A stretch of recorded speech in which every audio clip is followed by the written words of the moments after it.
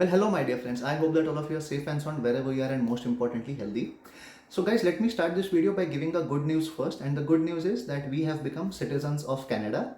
So, guys, we were born as Indians, came to Canada, and now Canada has accepted us by giving us their citizenship.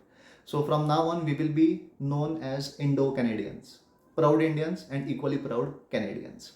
So guys, in this video, I'll be talking about the timelines that it took for us in order for the entire citizenship process to get completed. And also I'll be talking about few do's and don'ts and some tips and tricks that we have followed throughout the way.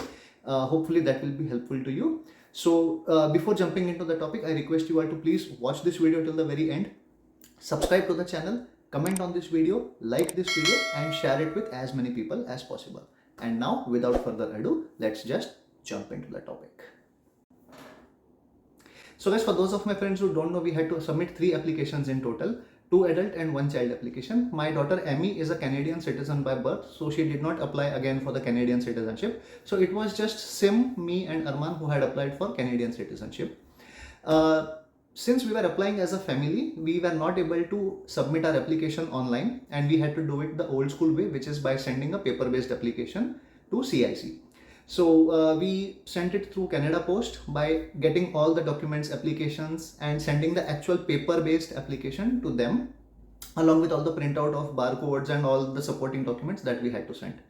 So on 14th September 2021, which is approximately 1 year ago, we sent the documents to Canada Post, through Canada Post to CIC, and it was acknowledged on 20th of September. They received it. However, it was opened only on 16th of November 2021, approximately 2 months after receiving the application.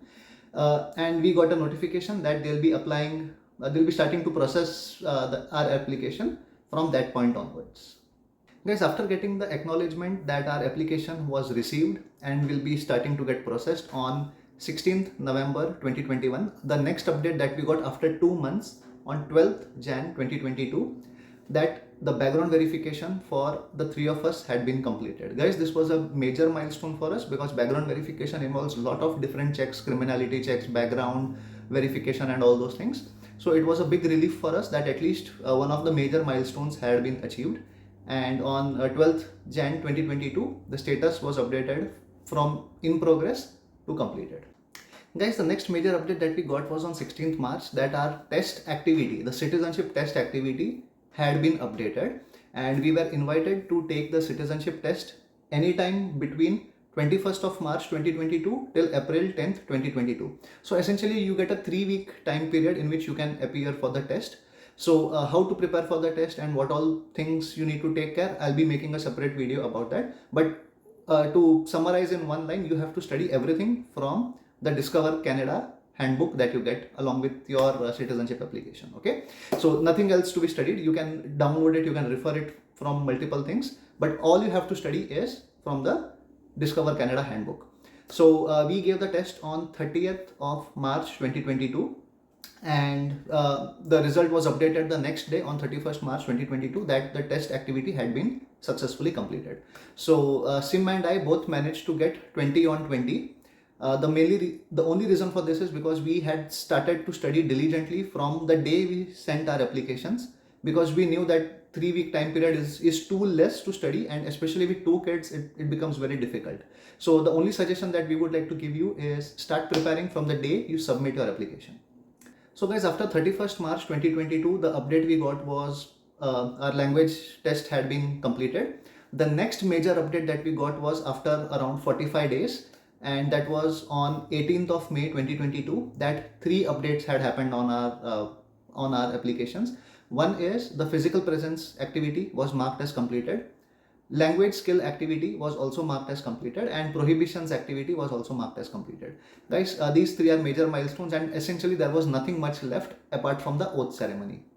So guys, after 18th May, we were waiting for the next step, which is the final step of the entire citizenship process, and that is the oath ceremony.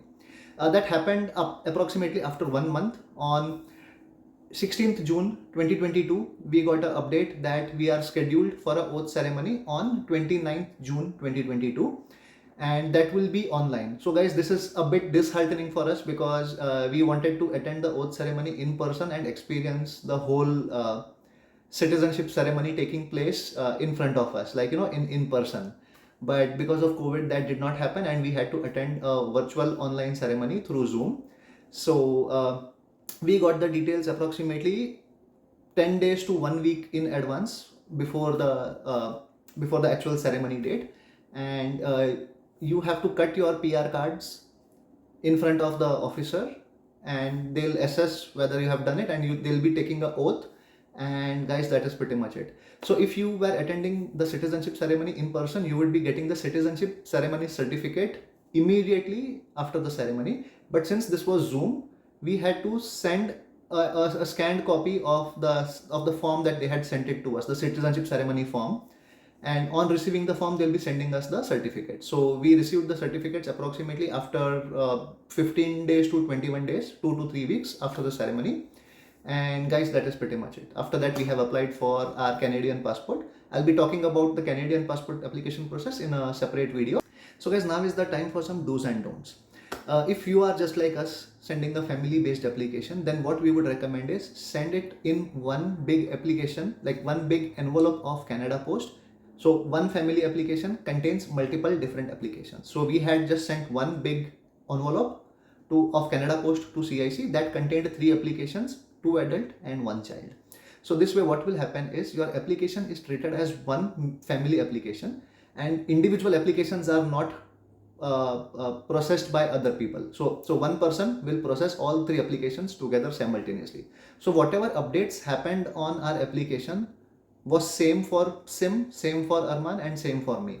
So it was not happening that my background verification got updated but Sim's is not updated yet, or Arman is having a different status altogether. So nothing of that sort. So all 3 applications would be treated as one family application and will be processed in the same go.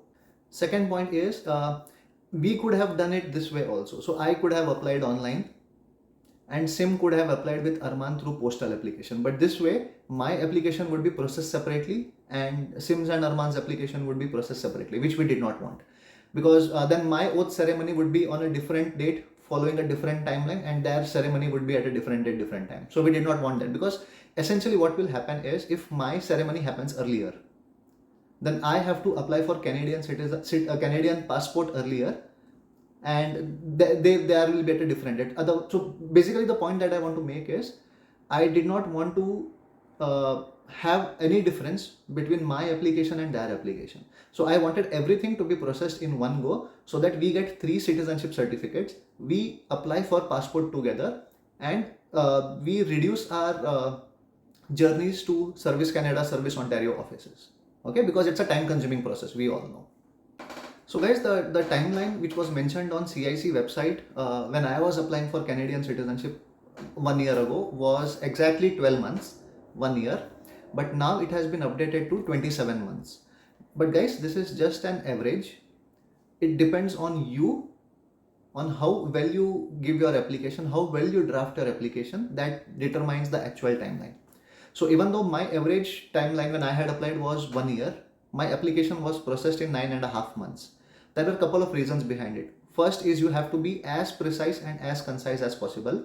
You have to give as much information as required by the visa officer, and along with that you also have to provide adequate justification in the form of either documents or some other proof of what you are claiming. So basically, if you have stayed in a residence, whatever work you have been doing, so you have to justify all of that in a proper, timely, chronological manner.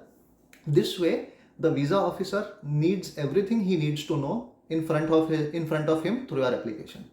So your application and all the documents should be concise, precise and adequate enough, so that the visa officer does not place your file on hold in order to reach to you for adequate documentation.